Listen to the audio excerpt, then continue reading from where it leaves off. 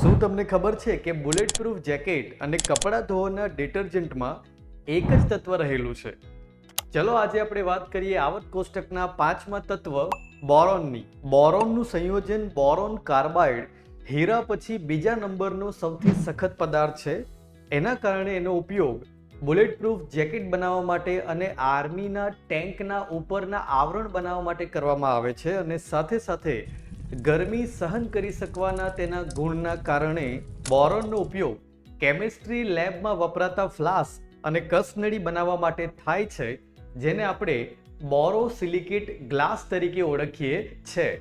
અને બોરોનનું સંયોજન બોરેક્સ પાણીને નરમ બનાવે છે અને તેનો ક્લિનિંગ પાવર વધારે છે. આ કારણે તેનો ઉપયોગ ડિટર્જન્ટ બનાવવા માટે થાય છે. અને દિવાળી સમયે તમે ગ્રીન કલરના ફટાકડા તો જોયા જ હશે.